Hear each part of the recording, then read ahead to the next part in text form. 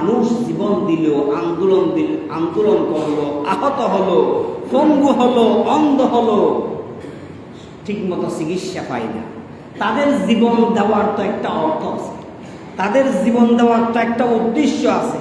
এই জাতিকে সম্পূর্ণরূপে ভারতীয় আধিপত্যবাদ মুক্ত করা, এই জাতিকে জালিম মুক্ত করা, এই জাতিকে একটা স্বাধীন জীবন উপহার দেওয়া, এই জাতিকে একটা দালাল মুক্ত স্বাধীন ভূখণ্ড উপহার দেওয়ার জন্য তারা জীবন দিল, আমাদের জন্য তারা জীবন দিল।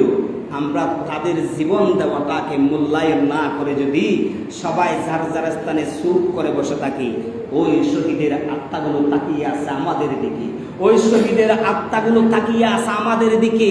অনেক ভাই হাসপাতালের বেডে এখনো গড়াগড়ি খাচ্ছে, তাকিয়ে আছে আমার দিকে, আফসুস করে হাসপাতালের বেড থেকে বলে ওরা, হাই রে, কোন জাতির জন্য পঙ্গু হলাম, কোন জাতির জন্য জীবন দিলাম, যেই জাতি তো আমাদের দিকে তাকাইও না, আমাদের রক্তের মূল্যও দিকে জানে না, আমাদের প্রাণ বিসর্জন দেওয়ার অর্থ বুঝে না। এমন একটা নিষ্ক্রিয় জাতির জন্য আমরা জীবন দিলাম। হয়তো এইভাবে নীরব যদি থাকেন, সামনে এমন একটা সময় আসবে আপনাকে পিটানো হবে, জুলুম করা হবে, আপনার উপর অত্যাচার চলবে, কিন্তু আপনার পাশে দাঁড়ানোর জন্য কোনো যুবক আসবে না। কারণ আপনি বেঈমানি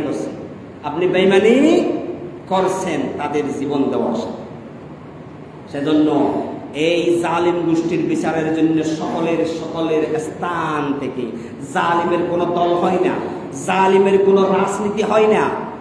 সুতরাং এগুলো চ্যাপ্টারকে রাজনৈতিকভাবে নেবেন না, এটা কোরআনের বিধান। কোরআনের বিধান যদি আমার উপরেও আসে, আমার বিরুদ্ধে কথা বলবে। কোরআনের বিধান যার উপরে যায় তার বিরুদ্ধে কথা বলতে হবে।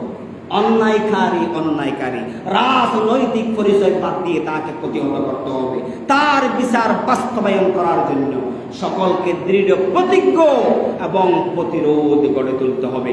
আল্লাহ তাআলা আমাদের সকলকে ফার্স্ট ক্লাস ক্যাটাগরির মুমিনের মতো দুই হাত দ্বারা আমার দেশের অন্যায় প্রতিরোধ করার জন্য, ভারতীয় আধিপত্যবাদ মুক্ত আমার ভূখণ্ড গড়ে তোলার জন্য, ভারতীয় দালালগুলোকে আমার দেশ থেকে উৎখাত করার জন্য আল্লাহ তাআলা আমাদের সকলকে ফার্স্ট ক্লাস ক্যাটাগরির মুমিন, মুজাহিদি জীবন, মুজাহিদি ঈমান দান করুন। আমরা বলি আমিন।